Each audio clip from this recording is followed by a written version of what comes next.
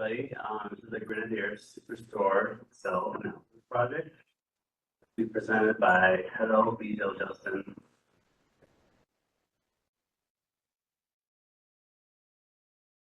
Case scenario for this main project that we're doing is that we are going to be an intern. We're going to be asked by a supervisor to conduct an in-depth analysis of sales, shipping, customer data, all by using Microsoft Excel.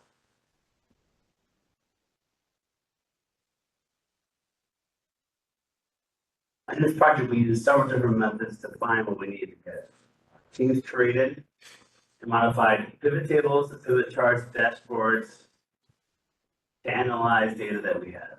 We investigated ways to track sales better too, and we found our data and revealed it to our supervisors and possibly find future ways to improve that data.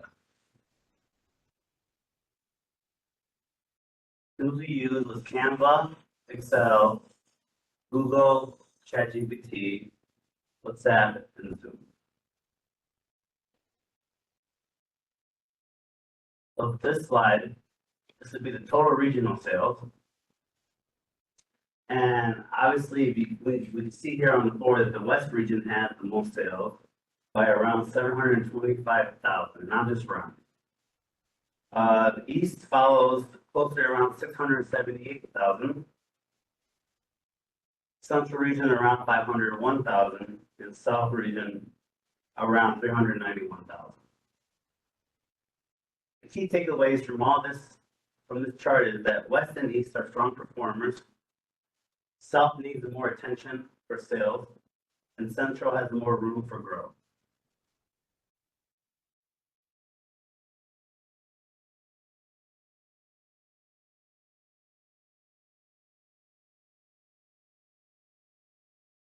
So this chart is the highest product sales, and obviously when you look at this, technology leads by a lot. So obviously they lead by about 167,000, furniture around 114,000, and office supplies about around 107,000. The key takeaways for this is that technology is obviously the key performer, and whatever they're doing to get the sales, they need to keep that up because they're doing a good job.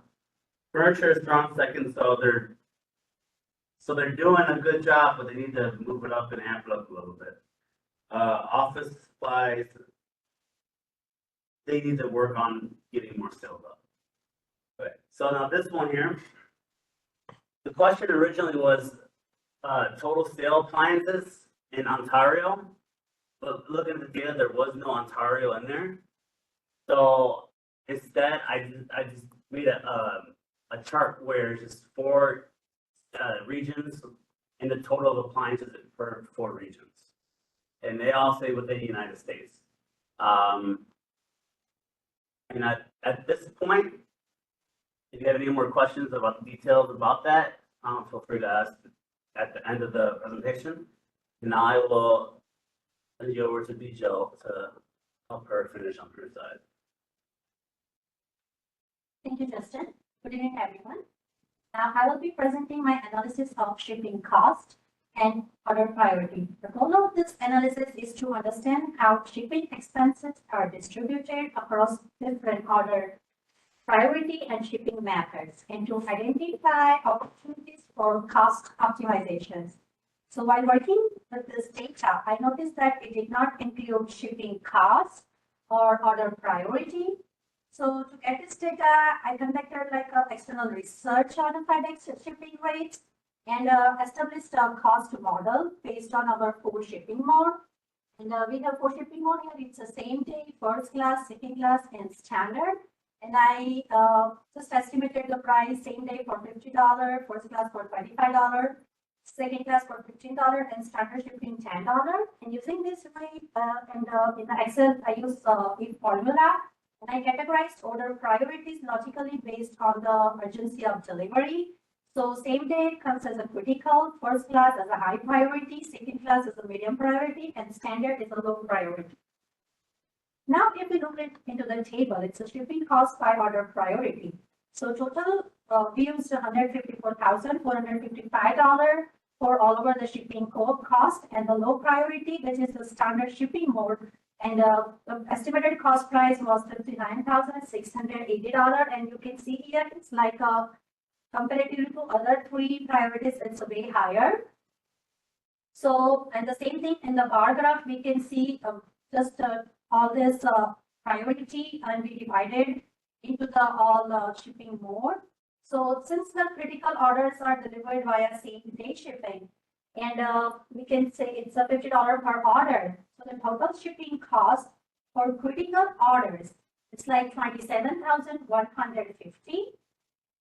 And that clearly indicates that all critical orders exclusively used for the same day delivery shipping. Now we will analyze how shipping costs are distributed by shipping method. So here in the pivot table, we use the 4 shipping methods, and using the shipping method, we are just divided into the shipping cost. And on the bar graph, we can see we break down all the shipping methods, and you can see here the standard class has the highest amount shipping cost they used for it. And as the same thing, we can see that thing in the donut chart. The standard class has the highest, and the same day is like a critical, that is $27,150. So our analysis shows that the majority of shipping costs come from the standard class method. Although the pre-order cost for expedited method like same day is higher, it's the large volume of standard class shipments that makes it the biggest cost driver. Now in the slide, we have a question. Is our shipping span aligned with our order priority? In this final discussion, we consider the trade-offs between speed and cost. On one hand, we have the delivery truck, which is using the standard shipping, and it's like the most economical option, but it's also we can say it's also the slowest option. On the other hand, we have our express air, it's the fastest, but it comes with the highest cost. So given this option, do we think the company appropriately allocated shipping costs based on the order priority? So as you can ask us, our answer is yes. The company appears to have made a balanced decision. Critical orders where speed is paramount are shipped via express or same day. That's you can see in our model too, despite a higher cost per order. So conversely, lower priority orders use the more economically delivery truck option, which although slower, is ideal when timely delivery is less critical. So this strategic allocation ensures that while we maintain customer satisfaction for urgent orders, we also control overall cost by using more cost-effective methods for non-urgent shipments. And this concludes my analysis. And now I will pass it to Tad for further analysis. Thank you. Thank you. Looking at the total sales of small business customers, you can see that out of all the $2.2 million worth of sales that we had, $1.1 million of the sales came from the consumer segment. That contributes almost about 51% of our total sales that we had, and it's almost 3 times as much as the home office had, almost at 400,000. So we have to make sure consumer customers are definitely taken care of and are a high priority.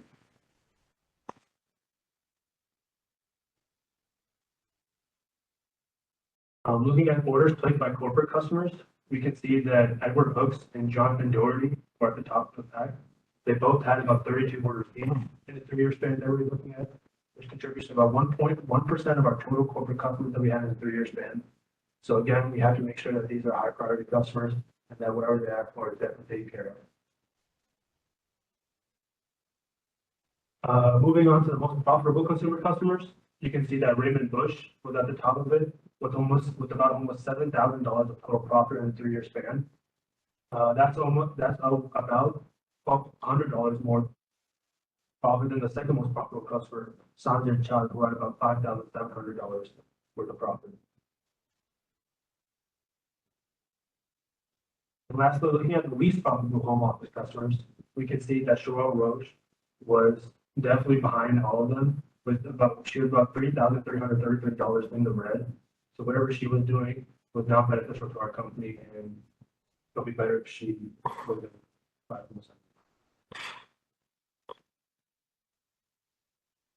And then moving on to, so our market analysis was to conduct surveys to understand local and customer preferences and needs, identify gaps in their offerings and why customers are drawn to competitors other to us, and where we can fill those gaps and be better for our customers.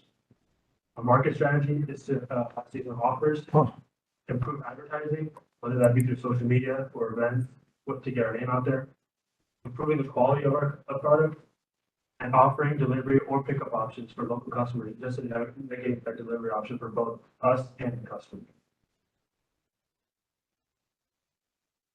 Thank you so much. If you guys have any questions, I'll be the time. Guys, give a big round to this group. That's the first group. It's good to have first time presentation. So question for you. First of all, good slide, good content, good presentations. Let's say you are presenting to the C executive or senior leadership board, and they're asking your recommendations. Give me like 3 bullet points. What specific recommendations you or your group member can provide to C executive?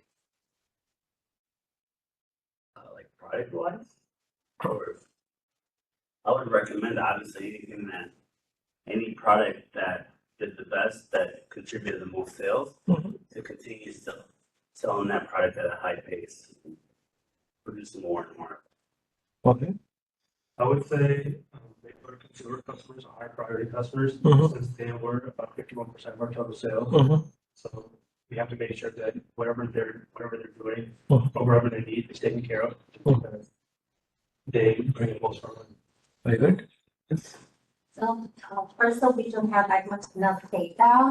So first we will ask them if we can collect more data, and then we can do more analysis, and then we can figure it out which the owner business is the small business, small amount of business. So we'll try to figure it out what's the reason why we are getting less, and the particular region, which region will have the less, and try to find out the reasons of those data. So why we get this like a less profit on particularly from that region. Very good. Now the question, company wants to make more money. However, they want to reduce the cost. Give me a couple of suggestions.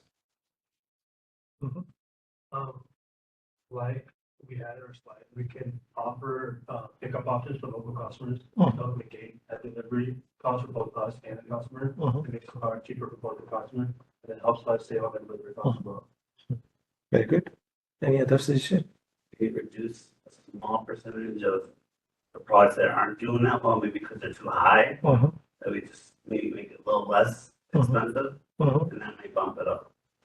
Very good. Any other suggestion? Take care about the shipping, the shipping charges too, like for which are most of priority, whatever orders like uses the, like which order is using more, which order, like frequently which customers are using which order, then we will take care about that, like prior, or we can start maybe some policy like Amazon has the, like if you register or if you just join our company's account or something, then we will give you some free shipping on the particular, like some, so we can provide them free shipping. Initial promotion. Particular, like in some type of coupons or anything, or discounts or anything, so that's how we can get the more profit and the more customers can be loyal to us. Very good. Now, if I give you extra 1 month, what would you add, change, or remove in the slides? Same data? Yeah, same data, but extra 1 month. What would you do differently? Maybe add more, maybe smaller subcategories. Because we did like the region, and we didn't mention like the smaller, like the product names and all that. Some of it, maybe on my part, make a chart based off the product names and maybe just make it more detailed. We had a couple customers that were in the negative when it came to profit. So probably look at the data, see what they're doing, and if they're buying something that's probably more negatively affecting our company. Very good. Mhm. And if we can get one more month, then analysis like Mhm. the region, Mhm. so we can take some part in that region and go to the particular area or particular city or Mhm. state Mhm. where we had the less profit and we had the less customers, and we try to figure out in which type of like a business or which type of thing we are interested, Mhm. and then we'll try to do some strategy or something, anything else, then we Mhm. can attract them to our business. Got it. Now, what were the means? I know you started with a bigger group, right? And now you have 3 members. So what challenges you faced while you were working on this project? I think for some people, it was more of a concern than others, like they're trying to do the project. Mhm. For others, it wasn't. Mhm. So just people that were struggling, trying to fit in when they can to do the project. Mhm. Say that. Good. Perfect, guys. First of all, good. Some comment, and this is just please take it positive. My goal is not to any shape or form defend, but this can give you help, right? Could you go to slides? Some of the advice I can give you. Go back to slide.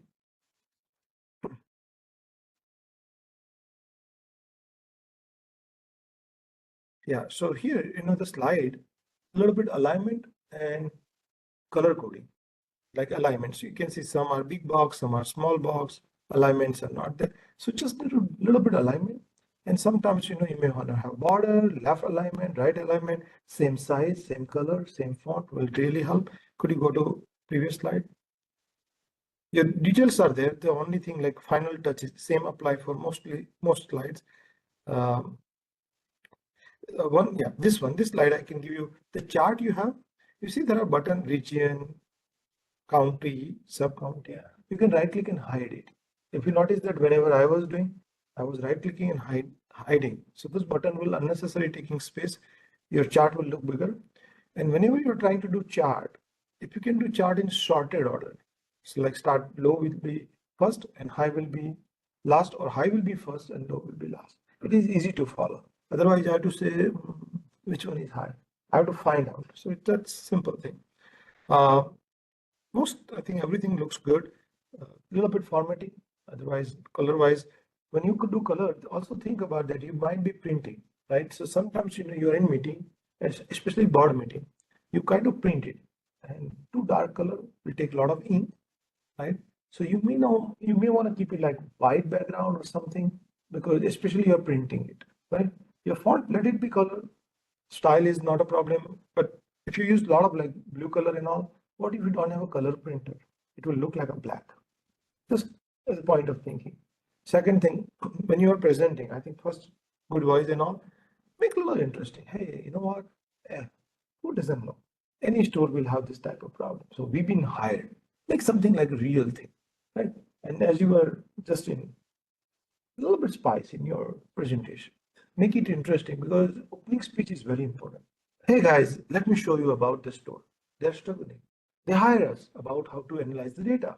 Our goal is to find out where, which region, location, what product is, what category, what year they're making profit. So let me show you in this exercise. We're going to walk you through step by step. We'll use different type of data in order to code. Try to make something interesting. And each slide, rather than just giving one slide, look at this graph. I think you started. I like that. Sayed, you did not start. You should say, look at the chart. When you compare the chart, I think Justin started. You can see that definitely the top performer is this. Why it is top performer? We are still investigating. Once we find out, we can use that learning for the low performer, right? Something connecting the dot. Some region is doing good.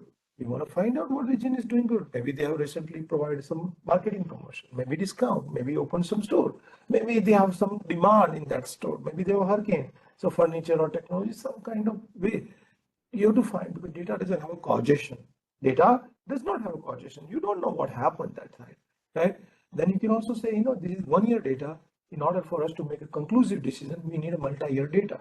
So we will look historical data and see that trend remains same. We also will like to do benchmarking, other data, try to see what others are experiencing. We are seeing like technology is booming. Is that true? Maybe our technology product might be good. What about other vendors, other competitors? Are they doing good? So that benchmarking is yet to be determined. So when I ask like what additional work you will be doing, you should say that, hey, this is 1 year data. We'll go back to like 5 years data and try to see 1 year data really represent the 3 years or 5 years trend.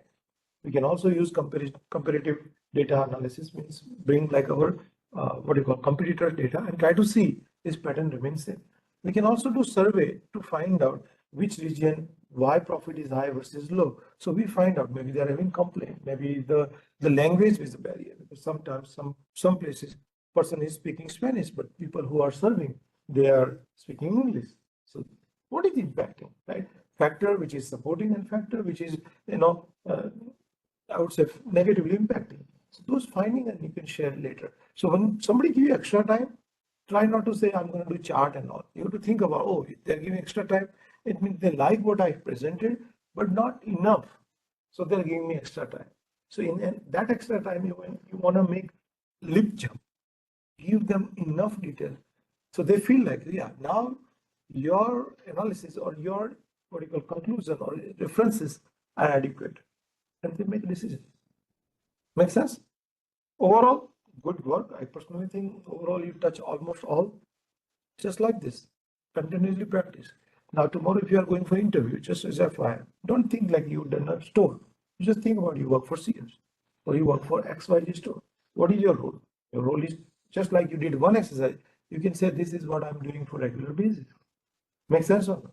I collect the data, analyze the data, I provide the recommendations for advertisement, pricing, product promotions, comparison, all those things I do. Today is this, like tomorrow if you have a healthcare interview, think about hospital. Data will remain same. And some change, some things will change. But you have to present such a way that you are working in a real field. Sounds good? Hey, classmates and Mr. Patel. Tonight, Group 2 will introduce the team, explore the case scenario, address key questions, and conclude with a summary and key takeaways. It is an honor to be here tonight, to have the opportunity to present to you. My name is Eric Brand, and I'm delighted to introduce our team, Becky, Maliki, Amarjet, Alex, and Mustafa. Together, we have analyzed a compelling case scenario that highlights critical challenges and opportunities with Grenadier Superstore. To provide context, let me introduce the case scenario we will be discussing. Grenadier Superstore, GSS, headquartered in Memphis, Tennessee, specializes in office supplies and furniture. Its customer base includes individual customers and small businesses like retails, as well as corporate organizations across the United States and Canada. This case presents an opportunity to analyze key data points and insights that will guide us in making informed decisions. As W. Edwards Deming once said, without data, you're just another person with an opinion. This quote underscores the importance of data-driven decision-making, which is the core of our decisions today. Oops. Throughout this presentation, we'll be focusing on two main questions. What are regional sales by product category and product subcategory? And who are the most valuable customers? These two questions will serve as the foundation of our analysis. And by the end of this presentation, we aim to provide well-researched insights and recommendations. So without further ado, let's dive into our findings and explore how data can be driven better decision-making in this case scenario. Thank you. And let's begin with Becky.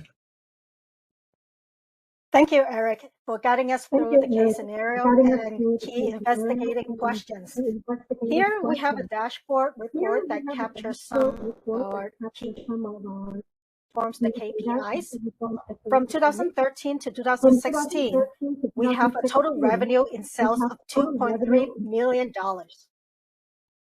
In terms of classification, technology is the product category that has the highest sales, followed by furniture and then office supplies. The subcategory in technology has the highest sales out of all other subcategories. Storage and binders. The region that performed the best in sales is the West. And if we look at the map on the bottom right, we can clearly see that California stands out at the top, about $457,000 in sales. Then New York with $310,000 sales. And the third place is Texas with $170,000 of sales. The sales and profit by quarter offers insights into sales seasonality and trend. The fourth quarter has the highest sales in the year. That is consistently so from 2013 to 2016. That can be attributed to beginning of school year. New iPhone model is released every late September to October. The weather getting cold and employees stay indoors. Employers are ergonomically conscious, so they invest in furniture and organization supplies. Plus, it's near the end of tax year, so businesses tend to make their expenses for tax purposes. This is important for our data-driven operations. Use predictive analytics to manage inventory and accommodate anticipated demand. Implement targeted strategies to promote seasonal sales. We also need to be mindful of the supply chain matrix in resilience, shipping lead times and cost, as well as productions and other logistics. The sales performance overall, my colleague Alex will now walk you through other important key findings. Thank you, Becky. Next, we'll go over the question of which region has the lowest number of sales. According to this bar graph, the lowest number of sales is in the South, which is in red. Next is Central, which is in orange. Then the next two highest is West and East Coast, which both are in green. And this appears that the highest sales comes from the coastlines of the United States. The question regarding how many sales did Ontario have, it is in the amount of $283.92, which is extremely small amount. It's not even 1% of the total sales. It appears to be a random purchase of some office chair replacements, and it seems to be an outlier from my standpoint of view. And I recommend a company should not spend too much time into this. So next up is Maliki, who will go over some details. Maliki, please take away. Thank you, Alex. This slide shows the maximum order and the highest salesperson. On the left, you are seeing our identification of Jonathan Doherty and Edward Hooks as having the highest number of orders at 32 each. On the right, you are seeing Sean Miller emerge as the top salesperson with sales reaching approximately $250,000. And we filtered a pivot table to find these numbers, and then we used a pivot table of count of order versus customer names, and identify Jonathan and Edward for highest order. And then we used Excel's text join function and identify Sean Miller actually is the maximum sales customer. Next, move on to Yasin. Thank you, Melike. Here in this slide, we use customer name, segment, and total profit slicers to show the three most profitable consumer customers for us between 2013 and 2016. We only picked the top three to provide sufficient comparison while also avoiding bombarding you guys with so much data. Our analysis shows that Raymond Bush from Seattle becomes the most profitable consumer customer, followed by Hunter Lopez from Newark and Adrian Barton from Detroit. The respective figures for each valuable customer can be seen on the screen. And the next slide shows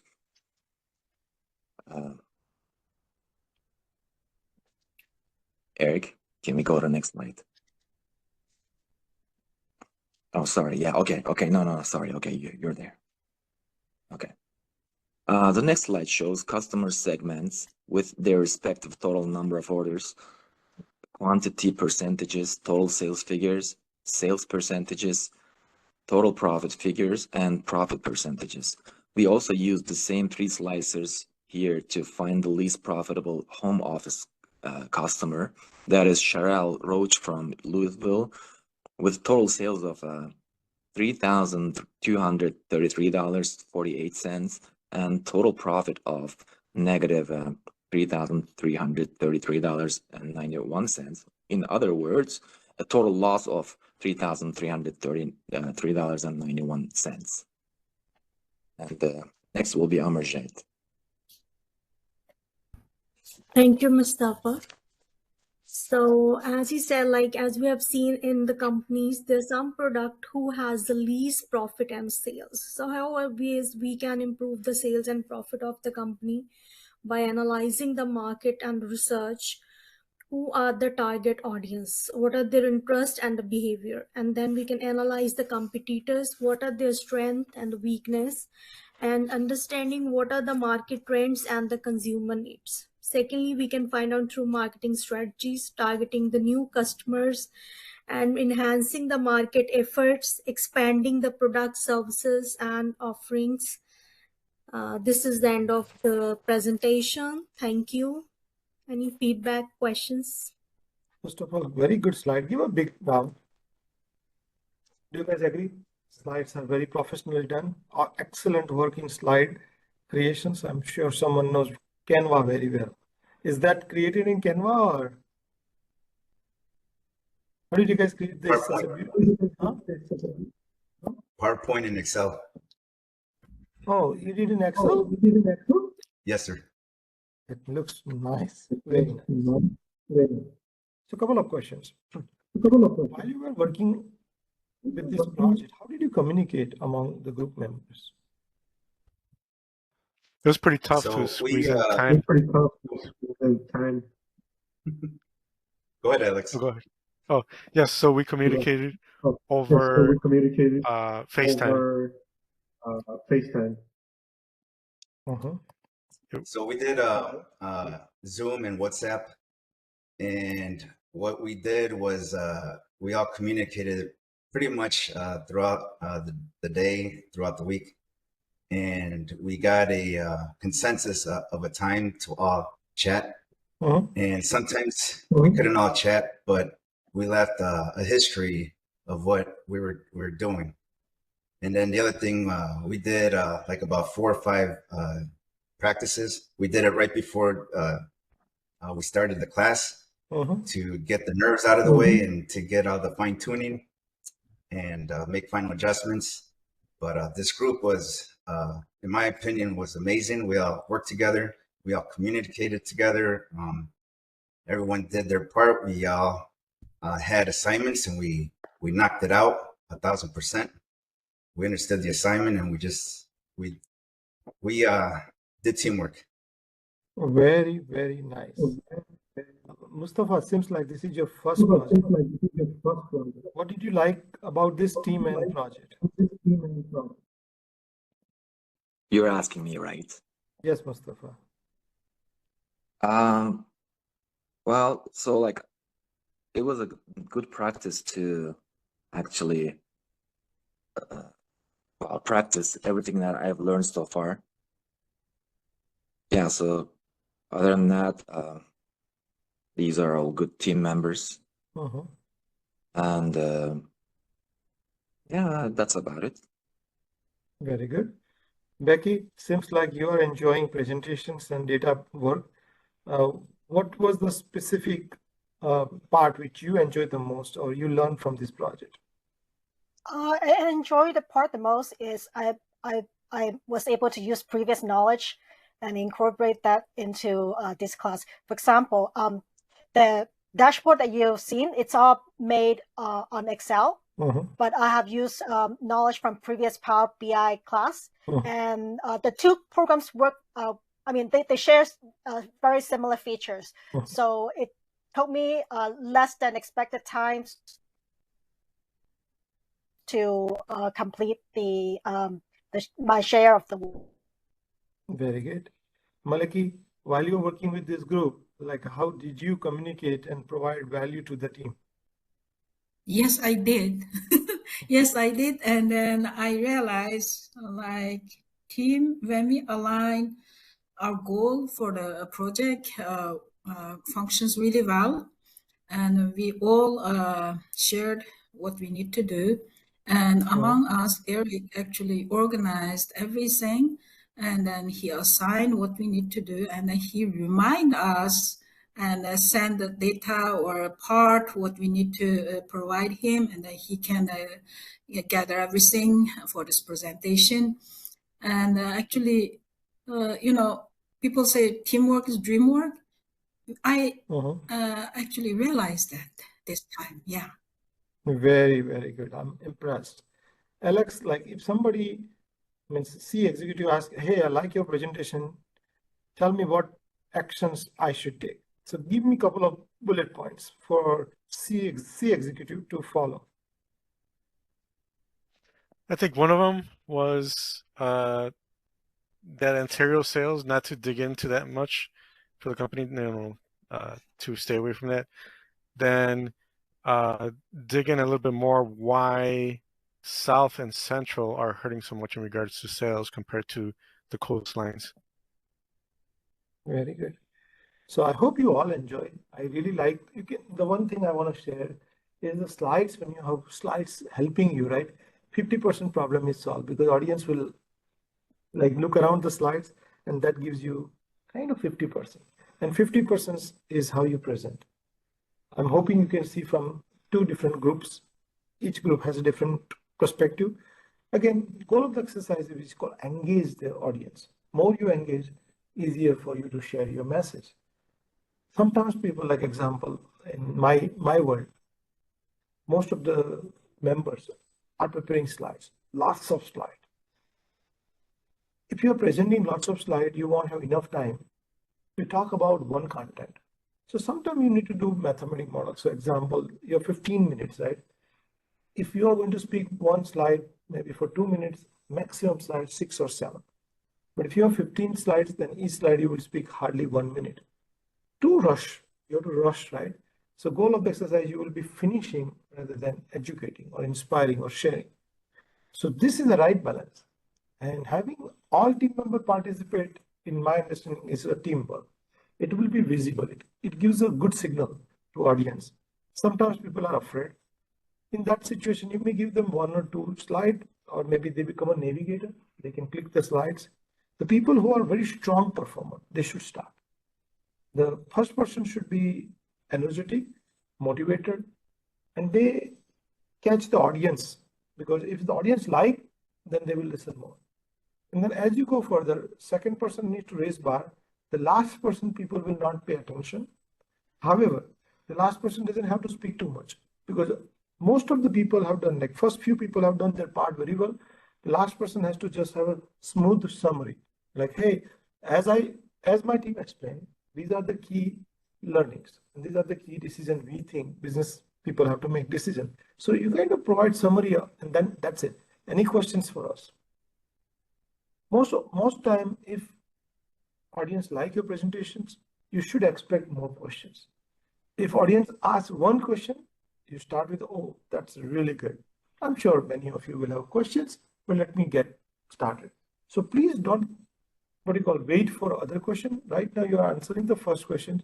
While you're answering questions, you motivate others to ask questions. Ideally, you should expect few questions minimum. If you get 0 questions, means maybe people are not interested. Maybe people understand everything what you explain, or people are fearful, or something they don't want to ask. So you need to make sure somehow encourage them to ask questions. So like example, if they don't ask questions, then I'll say, hey, Bijal, tell me which state is doing good, which region is doing good. So Bijal is now, huh? And what about you? Which categories are doing good? Then you start asking questions, viewers. You kind of enable them, because without questions, you get 0 point. Make sense? Your goal is more questions. More questions you attract, more points you get. Sounds good? So guys, first of all, I want to say thank you.